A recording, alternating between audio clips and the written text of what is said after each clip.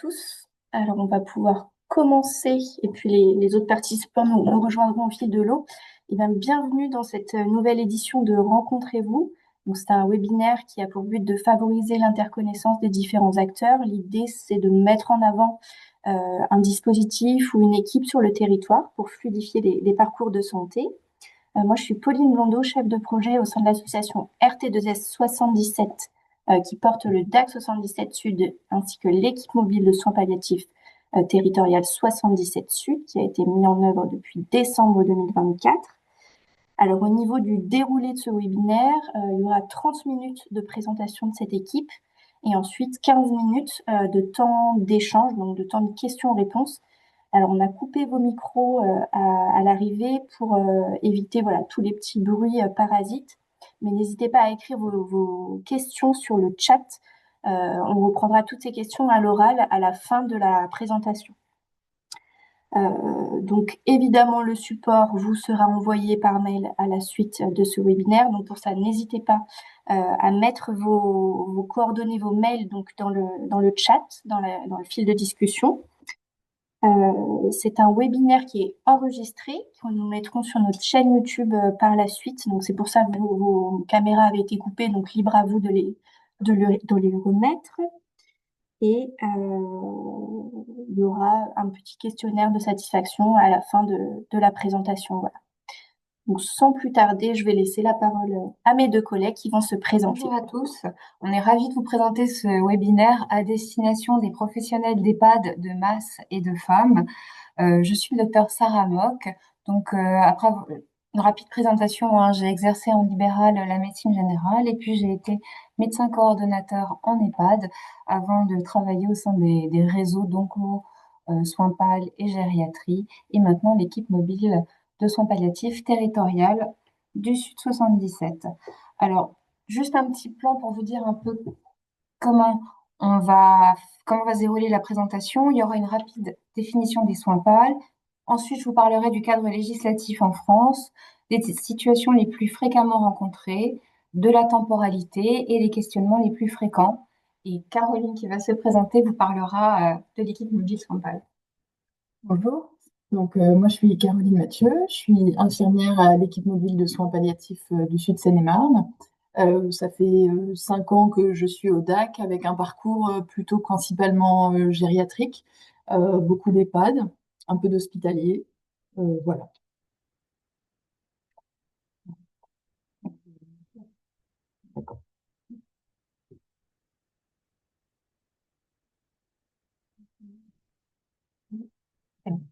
Alors, rapidement, juste pour vous rappeler, une définition très, très simple des soins palliatifs. Ce sont des soins actifs. Et actifs, c'est vraiment le mot-clé, qui sont délivrés dans une approche globale de la personne atteinte d'une maladie chronique grave, évolutive ou terminale. Alors, c'est essentiellement des soins qui visent à soulager les douleurs, mais pas que. Ce sont vraiment des soins qui cherchent à assurer le confort du patient, quel que soit le stade de sa maladie.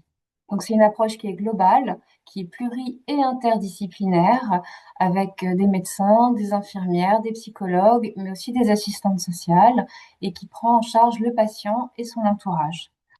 Il y a vraiment une vocation pour les personnes qui font du soin palliatif à diffuser la culture palliative et former les professionnels avec lesquels on travaille. C'est une médecine, bien sûr, avec un savoir en sciences humaines qui permet de répondre à des questionnements éthiques, qui fait appel à la psychologie, la philosophie, les sciences sociales. Et il y a de nombreuses pathologies qui peuvent être concernées avec des trajectoires d'évolution différentes qu'on verra tout à l'heure ensemble. Donc, avant de parler des pathologies concernées, on voulait vous faire un rapide rappel sur le cadre législatif en France concernant les soins palliatifs. Donc, la première loi, c'est la loi de 1999 qui vise à garantir le droit à l'accès aux soins palliatifs pour la population. Donc, c'est vraiment la première loi dont le but, en fait, est d'impulser le développement des soins palliatifs en France et qui va véritablement donner la première définition de ce que sont les soins palliatifs. En 2002, la loi dite Kouchner, relative aux droits des malades, va permettre de mettre en lumière le fait de la possibilité, si vous voulez, pour un patient de refuser des soins. Et, et également le droit à s'opposer à une décision médicale. Et c'est également la première fois dans un texte de loi qu'est évoquée la personne de confiance. En 2005, la loi Leonetti, elle, vient interdire le principe d'obstination déraisonnable. Alors, l'obstination déraisonnable, c'est proposer en fait des actes en fait qui paraissent disproportionnés, inutiles ou dont le seul but est de prolonger de façon artificielle la vie. Donc, au terme d'acharnement thérapeutique vient plutôt l'interdiction de l'obstination déraisonnable. Il y a également la confirmation du droit du patient à arrêter ou refuser les traitements. C'est la loi en 2005 qui crée également les directives anticipées. Et puis, elle introduit le principe de collégialité et de transparence.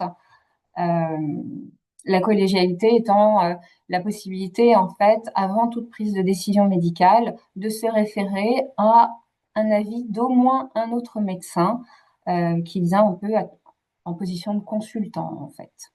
Voilà. Alors, la loi Leonetti-Claeys en 2016 crée de nouveaux droits en faveur des malades et des personnes en fin de vie, et notamment le droit à la sédation profonde et continue maintenue jusqu'au décès, à la demande du patient, si le pronostic vital est engagé à court terme. Elle clarifie également les conditions d'arrêt des traitements de la loi Kouchner, donc au titre de la lutte contre l'obstination déraisonnable, avec l'hydratation et l'alimentation qui sont considérés comme des traitements. Le traitement analgésique et sédatif pour la souffrance peuvent évidemment être mis en place, même s'ils ont pour effet d'abréger la vie. C'est ce qu'on appelle le double effet, c'est-à-dire la possibilité de mettre des traitements pour soulager le patient, même si on sait qu'ils risquent d'abréger la vie à cet instant-là. Et autre changement dans cette loi, c'est que les directives anticipées qui jusque-là étaient consultatives s'imposent aux médecins, sauf situations exceptionnelles qui sont les situations d'urgence ou lorsque les directives anticipées ne paraissent pas appropriées à la situation. Et la loi Claes-Leonetti renforce également le rôle de la personne de confiance. Personne de confiance qui, je pense, vous le savez tous, hein, mais je le rappelle, a vraiment un rôle en fait de porte-parole, c'est-à-dire que c'est la personne qui va dire ce qu'aurait souhaité le patient si il n'est plus en capacité lui-même de s'exprimer. Voilà, donc ça c'était pour le cadre législatif. Donc si on en revient un peu aux soins palliatifs et aux pathologies les plus fréquemment rencontrées, bien sûr on pense aux situations oncologiques. Alors c'est la grande majorité des situations, mais pas que. C'est-à-dire que toutes les pathologies où il y a une insuffisance d'organes, que ce soit l'insuffisance cardiaque terminale, l'insuffisance rénale terminale, l'insuffisance respiratoire sévère, sont en fait des pathologies où une équipe de soins palliatifs a toute sa place. Il y a également les pathologies neurodégénératives chroniques, donc toutes les démences et maladies apparentées, et les maladies de Parkinson, les scléroses latérales amyotrophiques vont aussi être des situations où il va y avoir des questionnements en soins palliatifs. Et évidemment, toutes les pathologies à l'origine de handicap. Alors, ça, c'est une courbe pour vous montrer un petit peu les trajectoires d'évolution selon les types de pathologies. Donc en bleu, vous voyez les pathologies cancéreuses, hein, ce qu'on voit en oncologie, c'est-à-dire que on a souvent un état qui est stable, qu'on arrive à maintenir, et une aggravation assez brutale lorsque le traitement va échapper aux différentes thérapeutiques, avec une aggravation assez rapide de l'état du patient et un pronostic fatal. Il y a ensuite en rouge et en bleu pointillé tout ce qui va être insuffisance d'organes ou polypathologie, avec en fait un patient dont l'état clinique, au fur et à mesure des décompensations aiguës, en fait, si vous voyez, l'état s'altère au fur et à mesure et on revient jamais vraiment à l'état de base, qui fait que, pareil, le pronostic est engagé à plus ou moins moyen terme. Et enfin, en vert, vous avez tous les profils de patients fragiles, atteints souvent de pathologies euh, neurocognitives, en fait, qu'on voit souvent en gériatrie. Donc ça, c'est un schéma pour vous montrer en fait la temporalité et à quel moment faire appel à une équipe de soins palliatifs. Trop souvent, en fait, on nous appelle tardivement. Et en fait, sur ce schéma, qui est assez bien fait, vous voyez en fait que à partir du moment où il y a le diagnostic de la maladie, jusqu'au décès du patient, on va avoir bien évidemment une phase initiale qui est curative, où on va avoir des soins spécifiques qui ont pour objectif la guérison ou la rémission prolongée du patient. Et en tout petit, en bordeaux, vous voyez en fait une petite quantité déjà de soins de support qu'on peut introduire à ce moment-là, qui ont pour objectif le confort et la qualité de vie. Et donc, en fait, si la maladie évolue malgré le traitement, petit à petit, vous voyez que les soins de support prennent davantage de place. En phase palliative initiale, vous avez en fait vraiment une cohabitation des soins spécifiques et des soins de support. Les deux équipes travaillent ensemble en fait dans l'intérêt du patient. C'est vraiment comme ça que ça fonctionne le mieux. Ensuite, en phase avancée, un peu plus avancée, il y a des signes d'aggravation et vous voyez que les soins spécifiques à ce moment-là s'arrêtent totalement. Il ne reste plus que les soins de support. Et puis la phase terminale avec le décès du patient et l'accompagnement des proches également, alors qui se fait déjà un peu en amont, mais qui a toute sa place à ce moment-là. En médecine palliative, vraiment, on cherche les sources d'inconfort en faisant des évaluations régulières de tous les symptômes d'inconfort et c'est vraiment ça que l'on cherche à soulager. Bon, alors, les soins palliatifs anticipants, c'est vraiment le message clé. Il faut vraiment essayer de faire appel dès que vous pensez qu'une équipe mobile de soins palliatifs a peut-être sa place, dès que vous vous dites qu'un patient est peut-être en situation palliative, en fait, il ne faut pas hésiter à nous interpeller. L'anticipation, c'est vraiment la clé. Et là, on vous a mis peut-être une étude que vous connaissez sûrement, qui est l'étude de Temel en 2010, où en fait, chez des patients atteints d'un cancer pulmonaire non à petites cellules qui n'était pas opérable, on a fait une étude randomisée avec en fait deux groupes. Un groupe qui recevait ce qu'ils appellent le standard care, c'est des soins oncologiques isolés. Et en rouge, vous avez les soins oncologiques associés à une équipe palliative dès le début en fait de la prise en charge. Et cette étude, en fait, elle vous montre qu'il y a une diminution des symptômes d'inconfort, une amélioration de la qualité de vie du patient, mais également de la qualité de vie de ses proches, une diminution des syndromes dépressifs, une diminution de l'agressivité des soins en fin de parcours et en fin de vie, et surtout une amélioration de la survie, parce que si vous voyez bien, en fait, les patients qui ont bénéficié des soins palliatifs et des traitements spécifiques en même temps, eh ben, avaient une durée de vie qui était plus longue que ceux qui avaient que les traitements oncologiques. Alors, pour vous aider à savoir à quel moment on peut faire appel à une équipe en soins palliatifs, vous avez des outils qui existent. Il y a la grille Palliadis qu'on a mis en fin de présentation, qu'on vous présentera peut-être si on a le temps. Et il y a une grille aussi éthique de Seba Glanoé qui est souvent utilisée en gériatrie, que vous connaissez peut-être, mais que l'on peut transposer aussi dans le domaine du handicap et je voulais vous la montrer. Donc en fait, c'est des questions que vous pouvez vous poser en équipe euh, avec vraiment toute l'équipe de soins en fait, c'est-à-dire le médecin, les infirmières, les aides-soignantes, euh, pour savoir un peu où on en est de l'état de santé d'un patient. Donc La question initiale, c'est quelle est la maladie principale de ce patient? Si on prend l'exemple d'un patient atteint d'une maladie d'Alzheimer, on va dire que voilà, c'est sa maladie d'Alzheimer. Son degré d'évolution, s'il est à un stade débutant, modéré ou sévère de sa maladie. La nature de l'épisode actuel surajouté qui fait que vous vous posez la question, eh ben, ça peut être une pneumopathie d'inhalation. Et peut-être que c'est pas la première, et c'est ce qui fait que vous allez commencer à vous questionner sur le niveau de soins requis chez ce patient. Est-ce que cet épisode actuel est curable facilement ou pas? Dans l'hypothèse d'une pneumopathie d'inhalation, on pourrait penser qu'avec des antibiotiques, c'est assez facilement curable s'il n'y a pas d'hypoxie.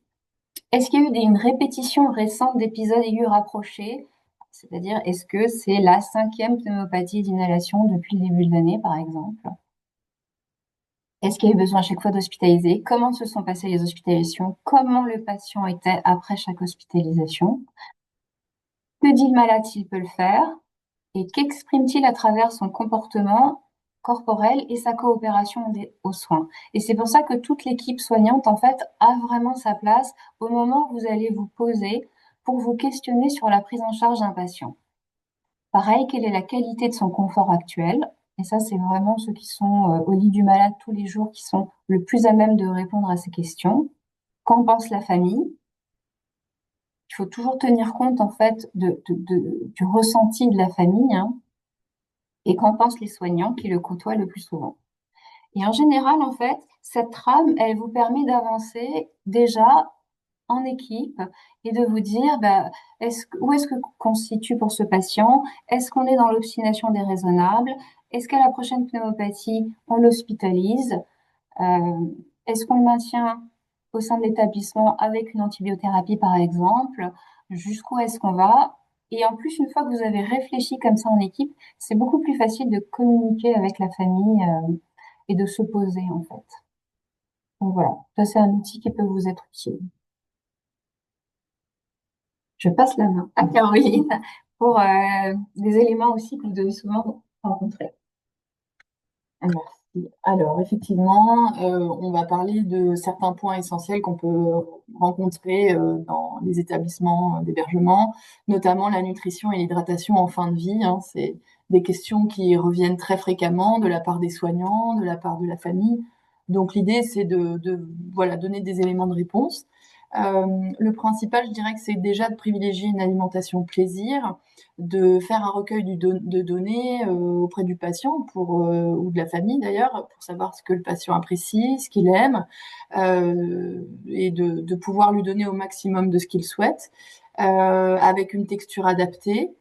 Et de ne pas hésiter à fractionner, de ne pas forcer évidemment, et d'avoir les habituels repas avec l'entrée, le plat, le dessert. Ça peut être échangé, ça peut être varié. Il faut s'adapter surtout au patient et à ce qu'il a envie, et ce qu'il aime et ce qu'il peut prendre. Pour l'hydratation, c'est pareil, il faut privilégier la voie orale à la demande du patient et puis voilà, à la proposition du soignant, et notamment aussi accentuer sur les soins de bouche. Le confort oral, on reverra un petit peu après, c'est la principale préoccupation parce que ça peut impacter une sphère plutôt large chez le patient, et notamment l'alimentation et l'hydratation, et par exemple éviter aussi les troubles de la déglutition. Par rapport à la mise en place d'une hydratation par perfusion, c'est considéré dans la loi comme un traitement. Et donc, le bénéfice-risque doit vraiment être évalué au même titre que les autres. Quand on décide de poser une perf d'hydratation, hein, qu'elle soit intraveineuse ou sous-cutanée, c'est nécessaire de savoir à quel moment on la pose et à quel moment elle doit être enlevée. Quelles sont les limites en fait de ce traitement qui est mis en place.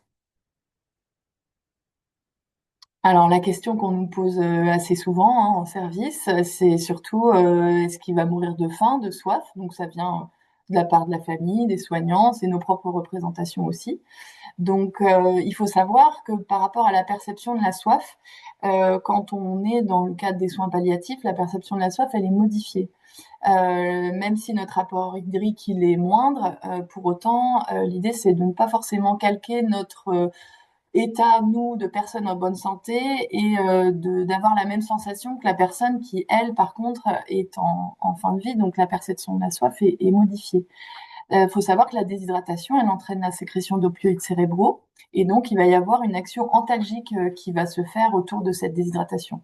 Donc, c'est très important quand même de questionner encore une fois la mise en place d'une perfusion d'hydratation, parce qu'il faut savoir que l'hydratation par perfusion, ça n'améliore pas la fin de vie et ça n'améliore pas surtout la sensation de soif. Voilà, ça va juste prolonger artificiellement, mais ce qui est le plus inconfortable pour un patient finalement, c'est d'avoir une sécheresse buccale, un inconfort parce qu'il a la bouche sèche ou des lésions, des choses comme ça, mais c'est pas la perfusion d'hydratation qui va améliorer ça. Par rapport à la faim, l'anorexie, elle est voilà constante en fin de vie.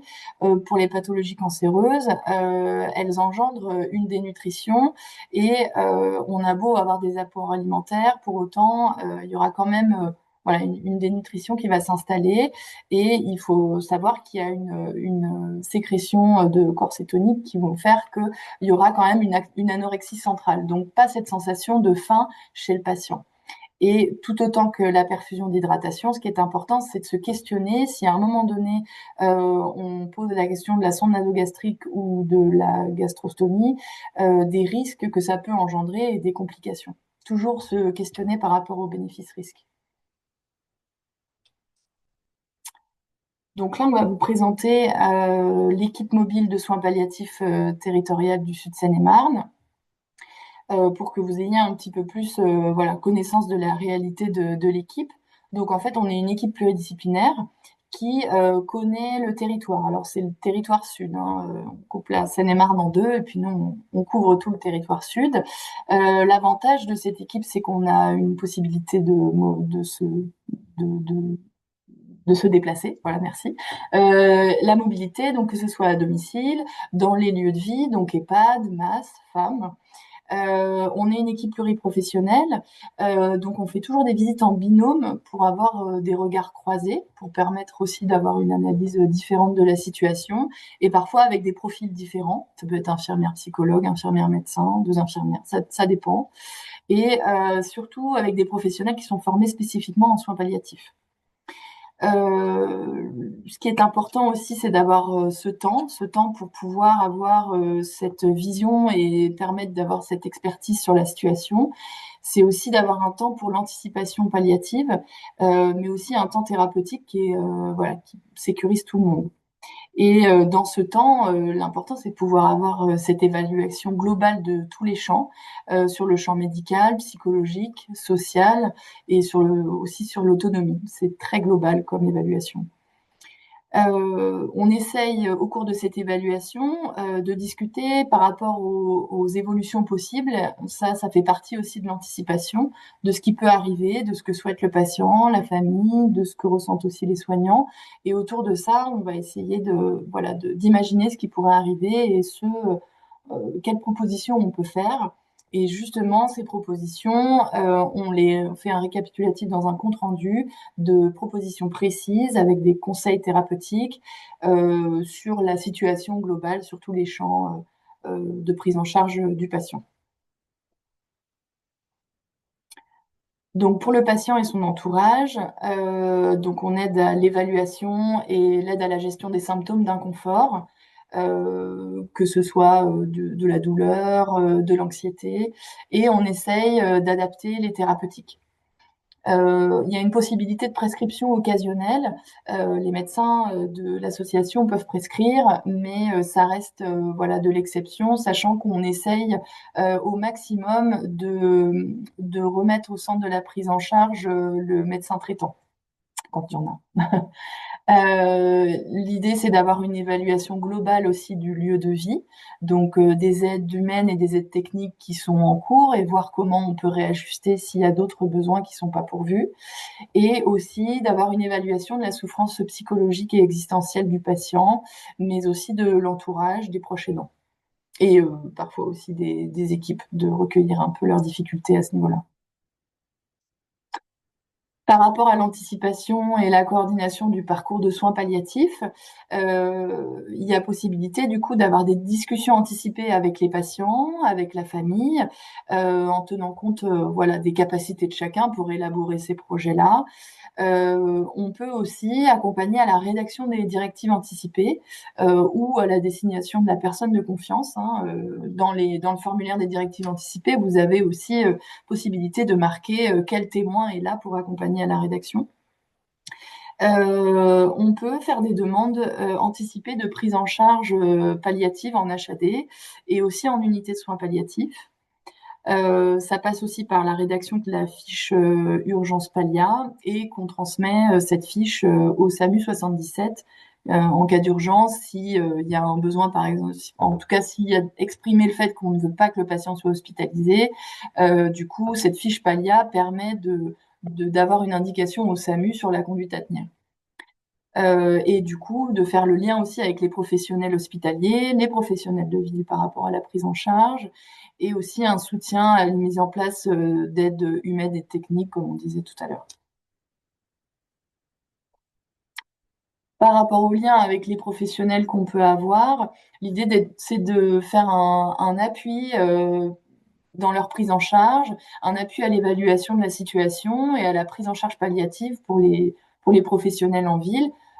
Puisqu'on a du temps, on peut avoir cette approche globale qui peut vraiment être soutenante et appuyer aussi les professionnels sur les questions éthiques qui peuvent se poser. Ça permet aussi d'aider à la prise de décision dans des situations cliniques complexes, d'aider aussi à cette réflexion éthique, notamment par rapport à la limitation ou l'arrêt des traitements. Et on peut aussi aider à l'organisation de procédures collégiales ou de concertation pluriprofessionnelle si la situation voilà, le nécessite. Enfin, par rapport au conseil thérapeutique, hein, c'est ce qu'on disait, on peut être une aide à la prescription pour le médecin, ce qui permet voilà, d'aiguiller un petit peu sur la conduite thérapeutique à tenir et d'être un soutien aussi aux équipes de proximité, notamment les infirmiers libéraux qui interviennent auprès du patient, le médecin traitant, les assistantes sociales, voilà, ou l'équipe de l'établissement quand c'en est un. Et enfin, les missions de l'équipe mobile, c'est également d'acculturer par rapport aux soins palliatifs.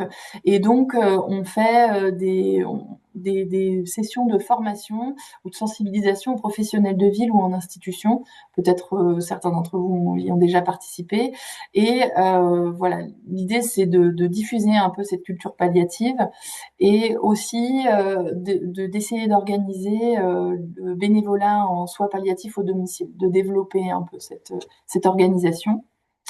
Et on est aussi sollicité sur des synthèses collégiales, des staffs pluriprofessionnels en établissement, hospitaliers, enfin sanitaires ou médico-sociaux. Voilà, à la demande des professionnels qui en ont besoin. Donc, comment est-ce que vous pouvez nous solliciter? Eh ben, par plusieurs biais. Donc, il y a le numéro de téléphone qui s'affiche là, l'adresse mail aussi, l'adresse sécurisée, et il y a une fiche de premier contact que vous pouvez remplir. Alors, l'idée, c'est voilà, d'étayer au maximum la situation. Si vous avez des comptes rendus à nous transmettre, des éléments récents, factuels sur l'environnement du patient, ce qui vous pose problème. Voilà, nous, c'est grâce à ça qu'on arrive à avoir un compte rendu, enfin, ou en tout cas qu'on arrive à avoir un visuel de la situation sans l'avoir vu. Et ça permet après de pouvoir élaborer autour de ça. Donc cette fiche premier contact, elle est importante pour nous par rapport à la prise en charge. Et donc après, donc effectivement, une fois qu'on reçoit votre fiche premier contact ou votre appel, hein, parce que finalement, par téléphone, on peut remplir ensemble la fiche premier contact. Des fois, c'est même à privilégier parce que parfois, on peut avoir des questions auxquelles vous n'aurez pas pensé à répondre sur la fiche toute seule. Donc, il y a une concertation en équipe avec une analyse de la demande qui est faite 2 fois par semaine, avec, en fonction de la problématique identifiée, un choix du binôme qui va pouvoir intervenir. Et en fonction de l'évaluation de la situation, on programme les visites. Voilà, on essaye d'avoir un suivi du patient par téléphone une fois qu'on a fait la visite, de continuer de prendre des nouvelles, de programmer de nouvelles visites si besoin, et également de diffuser le compte rendu au cercle de soins, un compte rendu complet avec les préconisations dedans. Donc, en conclusion de cette présentation, l'idée vraiment, enfin, l'objectif de l'équipe mobile soins bas territoriale, c'est vraiment d'avoir une vision globale au lit du patient, ce qui va nous permettre un accompagnement précoce et évolutif. Et l'objectif, c'est d'offrir une expertise territoriale en appui aux professionnels du Sud Seine-et-Marne, en fait. Vraiment. On voulait aussi vous parler, mais vous en avez sûrement entendu parler, de l'appui téléphonique en soins palliatifs sur le département du 77 qui s'est mis en place, qui est à destination en fait des professionnels de santé. Donc en fait, elle vous est destinée. Et donc, si vous avez besoin d'une expertise ou d'un soutien en soins palliatifs, vous avez un numéro en fait qui est indiqué sur cette fiche.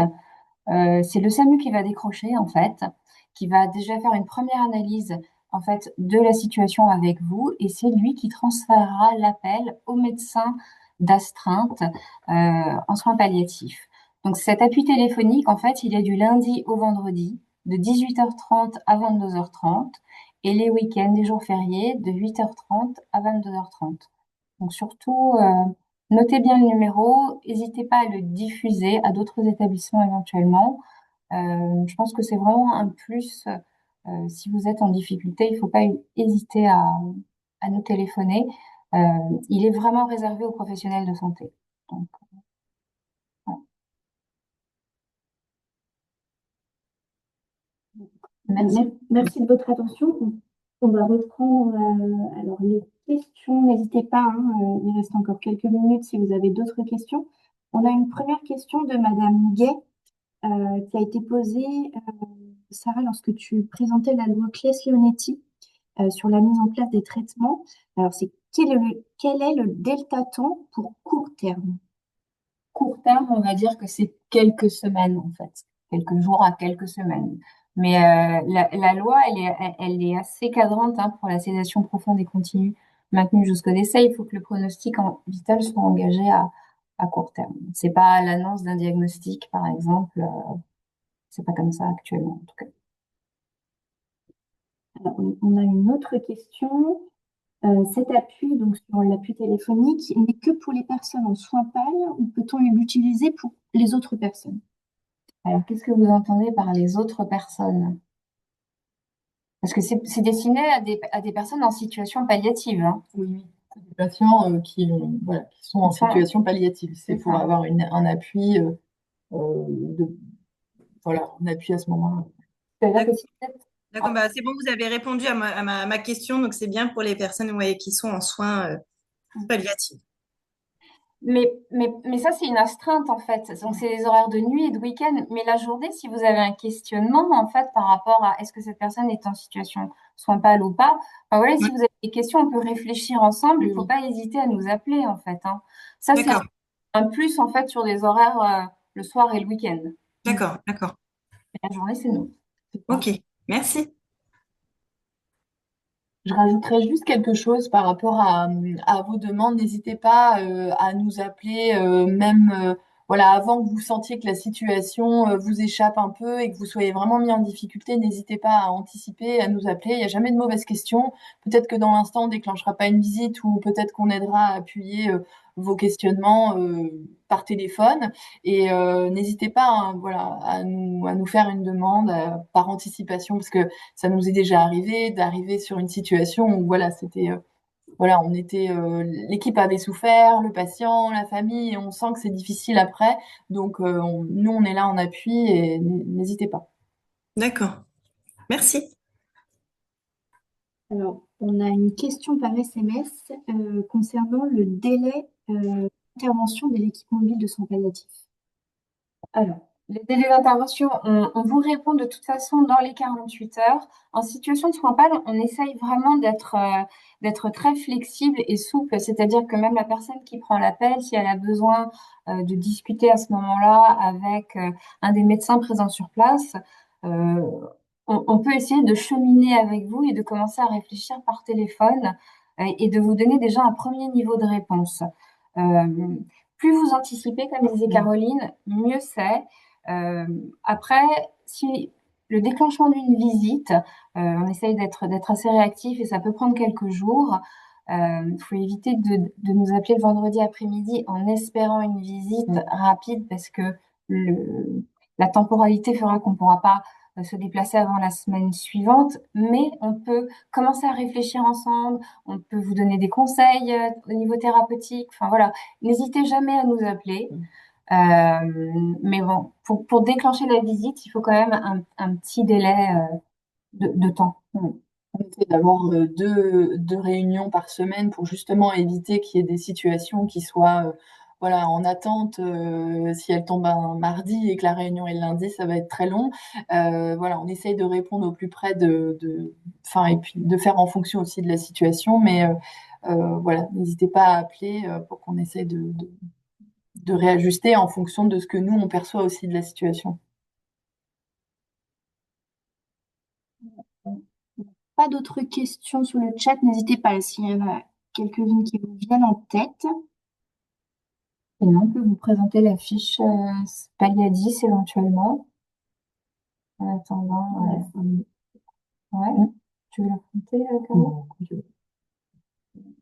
Bah, alors, la fiche Paliadis, c'est un outil qui est assez pratique, qui a été mis en place par la SFAP. Donc, vous l'aurez, de toute façon, vous aurez la présentation, hein, donc vous aurez le document. Vous avez 10 questions, en fait, qui vont vous permettre de savoir si la personne a besoin d'un accompagnement par une équipe mobile de soins palliatifs. En plus, vous avez sur le premier volet, là, tout un petit rappel du cadre légal en France, donc c'est pas mal pour vous, pour les familles, quand vous avez des questions. Et donc ça, c'est le premier versant, la définition, à qui ça s'adresse, le cadre légal. Et donc au verso, il y a les 10 questions. Euh, et donc vous voyez que qui peut utiliser la fiche Paliadis, c'est tous les soignants qui se questionnent sur la prise en charge d'une personne avec une maladie non guérissable. Donc le but, c'est de repérer, dépister les patients qui pourraient bénéficier de l'intervention d'une équipe spécialisée en soins PAL. Et donc, quand l'utiliser, bah, pour les patients atteints d'une maladie grave, à tous les stades de la maladie, ou lorsque la situation vous paraît complexe et que vous vous questionnez sur la démarche des soins et d'accompagnement. Donc, 10 questions, euh, juste peut-être rapidement. Donc, la première question, c'est la condition nécessaire, et ensuite on peut regarder les autres, mais il faut que le patient soit atteint d'une maladie qui ne guérira pas en l'état actuel des connaissances.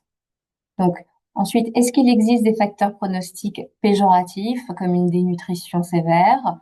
Est-ce que la maladie évolue rapidement? Est-ce que le patient et son entourage sont demandeurs d'une prise en charge palliative? Est-ce qu'il existe des symptômes non soulagés malgré la mise en place des traitements? Est-ce que vous identifiez en plus des facteurs de vulnérabilité d'ordre psychique pour ce patient ou pour son entourage?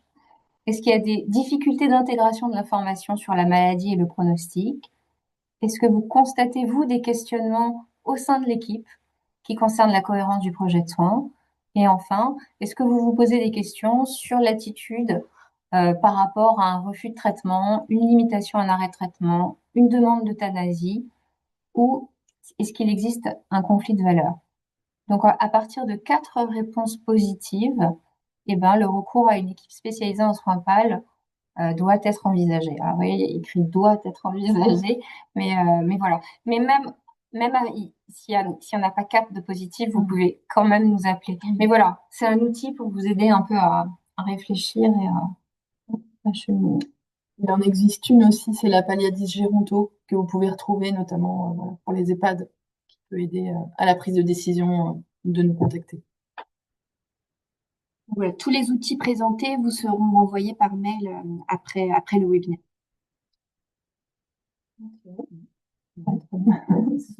S'il n'y a plus de questions, on vous libère. Il est 13h43. Merci beaucoup pour votre participation. Et puis, voilà, le maître mot, c'est anticipons. Donc, n'hésitez pas à nous contacter par la suite. Bon après-midi. Au revoir. Au revoir.